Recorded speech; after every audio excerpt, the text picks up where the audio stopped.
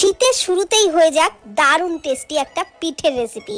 এক কথায় যাকে বলে অসাধারণ টেস্ট, একদম মুখে দিলেই মিলিয়ে যায়। তো এই রেসিপির জন্য হাফ কাপ আতপ চালের গুঁড়ো, হাফ কাপ ময়দা, সামান্য একটু লবণ, 2 টেবিল চামচ চিনি, 2 টেবিল চামচ গুঁড়ো দুধ দিয়ে সমস্ত শুকনো উপকরণ ভালো করে মিশিয়ে নিলাম। তারপর দিয়ে দিলাম হাফ কাপ টক দই, 4 টেবিল চামচ নারকেল কোড়া, আর হাফ কাপে করে দুবারে 1 কাপ জল দিয়ে মিশ্রণটাকে খুব ভালো করে ফেটিয়ে নিলাম। এইবার ঢাকা দিয়ে 10 মিনিটের জন্য রেস্টে রাখলাম। ততক্ষণে মালাই বানিয়ে নিলাম। 500 গ্রাম জাল দেওয়া দুধের মধ্যে অল্প গুঁড়ো দুধ মিশিয়ে নিলাম। দিয়ে দিলাম ফাটিয়ে নেওয়া এলাচ, তেজপাতা আর পরিমাণ মতো চিনি দিয়ে ভালোভাবে ফুটিয়ে ঠিক এইরকম ঘনত্বের মালাইটা তৈরি করে নিলাম।